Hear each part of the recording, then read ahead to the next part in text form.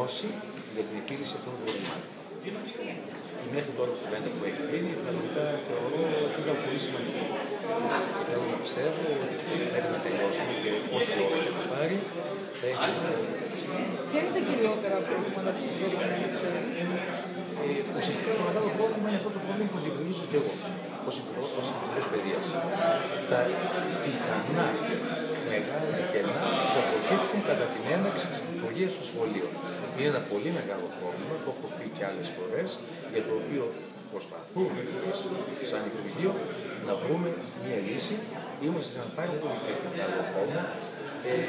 Σε αυτό ζήτησα και τη συμπαράσταση και του Περιφερειακού Διευθυντή του Μενσόπου, την οποία συνεργασία και έχουμε ήδη μέσα σήμερα που είναι αναπτύσστη, αλλά και των διευθυντών, ώστε να έχουμε μια πραγματική εικόνα όσο είναι δυνατόν τέλος Αυγούστου, για να μπορέσουμε μέσω της αναπλήρωσης των καθηγητών να προχωρήσουμε στις θέσεις.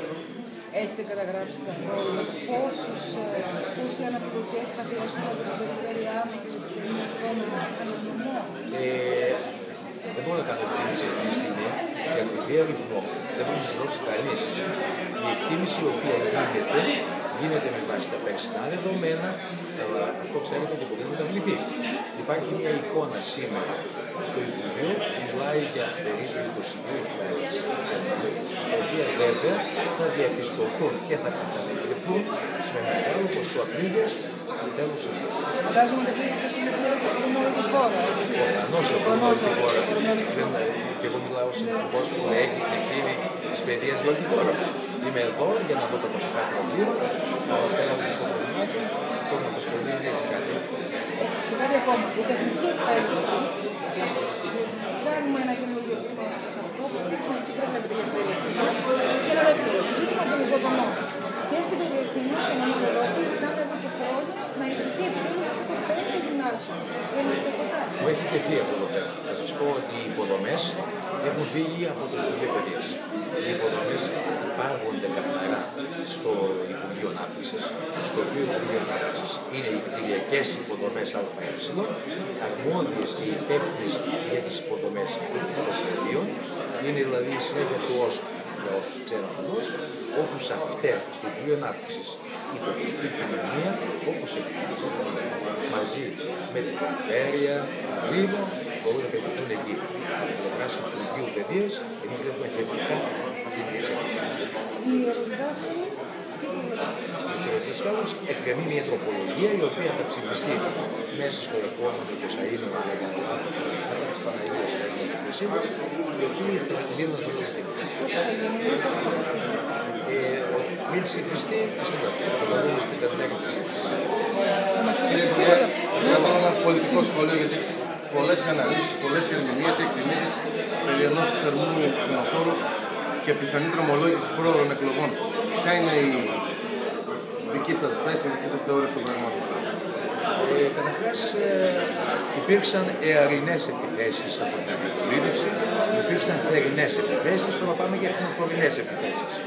Αλλά αυτή η κυβέρνηση βασάει και αντέχει γιατί βασίζεται στην ειλικρίνεια και στην ανάγκη των καιρών. Θέλω να πω λοιπόν ότι εκλογές, αυτοί που τους εύχονται να σκεφτούν τι θα συμβεί εάν γίνουν εκλογές αυτή την περίοδο. Έχουμε μια κυβέρνηση που έχει μπροστά της αρκετό δρόμο, έχει ένα βασικό θέμα να διαχειριστεί, τη διαχείριση του χρέους, την οποία αυτή η κυβέρνηση μόνο μπορεί να διαχειριστεί σωστά. Και για να μην λέμε και πολλά λόγια, η Ελληνική μπορεί να είναι γεωγραφικά πολύ μακριά, αλλά ποτέ δεν πάμε να έχει το λόγο.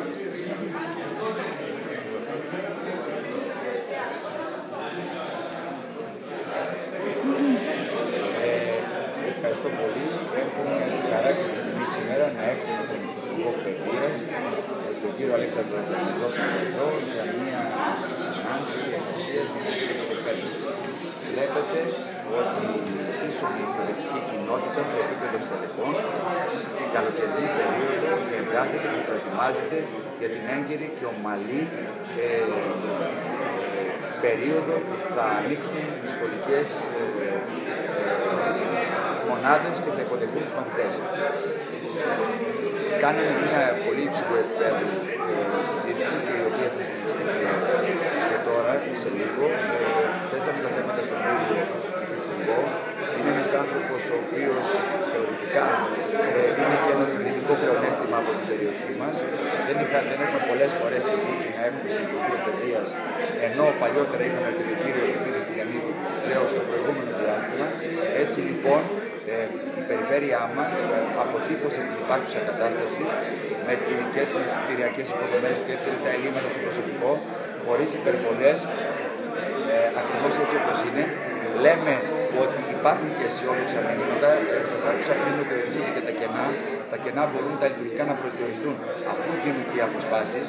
Εάν δεν γινόντουσαν αποσπάσεις ή οι αποσπάσεις είχαν ένα θετικό πρόσημο για εμάς, θα μιλούσαμε για λίγα κενά στις βασικές ειδικότητες. Νομίζω ότι ο προγραμματισμός έχει γίνει από εμάς σε ένα σημείο 90% και είμαστε έτοιμοι σε συνεργασία με το Υπουργείο να τον ολοκληρώσουμε και να έχουμε εν μέσω μιας κρίσης δημοσιονομικής, όπως σας είπε ο κύριος Υφυπουργός πριν, ένα από τα καλύτερα ίσως ξεκινήματα που μπορούσαμε να κάνουμε έναρξη λοιπόν της σχολικής χρονιάς. Δουλεύουμε πάρα πολύ γι' αυτό. Θέλουμε να έχουμε σύμμαχο και το Υπουργείο, την πολιτική ηγεσία, την έχουμε. Συζήτησα κατά τη διάρκεια με τον κύριο Δερμετζόπουλο και άλλα εξειδικευμένα θέματα, όπως έχουν να κάνουν με άλλες δομές της εκπαίδευσης, με τα κέντρα περιβαλλοντικής εκπαίδευσης, με τα ΚΕΔΗ, με την ειδική αγωγή, με τη μειονοτική εκπαίδευση, που είναι σοβαρά ζητήματα για την περιοχή μας. Και νομίζω ότι βρισκόμαστε σε ένα πολύ καλό επίπεδο. Νομίζω ότι αυτό που έχουμε να καταθέσουμε είναι την αγάπη μας για την εκπαίδευση, την αγωνία μας για την πρόοδο της εκπαιδευτικής διαδικασίας και να καταθέσουμε την πολλή δουλειά που μπορούμε να δώσουμε σε αυτό το θεσμό και σε αυτό το ρόλο που έχουμε αναλάβει.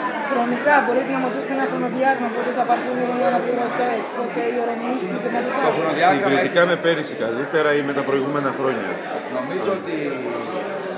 Νομίζω ότι μία μικρή καθυστέρηση και με βάση την αναδιάρθρωση της πολιτικής ηγεσίας του Υπουργείου είχαμε όσον αφορά τις μεταθέσεις. Όμως βλέπω μία ιδιαίτερη θέρμη και από τον Υφυπουργό και από τον Υπουργό τον κύριο Λοβέρδο και από τον Υφυπουργό τον κύριο Κουκοδήμου και καλύψαμε ένα πολύ μεγάλο διάστημα στα χρονοδιαγράμματα. Νομίζω ότι μετά το 15 αμέσως θα έχουμε τη διαδικασία των αποσπάσεων και μετά την κατάθεση των λειτουργικών κενών, έτσι ώστε οι πρώτοι αναπληρωτές να βρίσκονται από τις αρχές Σεπτεμβρίου στα σχολεία. Δεν λέμε ότι όλες οι θέσεις θα καλυφθούν με άμεσο τρόπο, αλλά πολύ μεγάλη επιτυχία θα είναι οι βασικές ειδικότητες και οι βασικές σχολικές μονάδες να μην έχουν πρόβλημα, δηλαδή να μην υπάρχει πρόβλημα έλλειψης εκπαιδευτικού σε βασική ειδικότητα όταν ανοίγουν το σχολείο. Ο συνολικός αριθμός των αναπληρωτών φέτος δεν είναι μεγαλύτερο?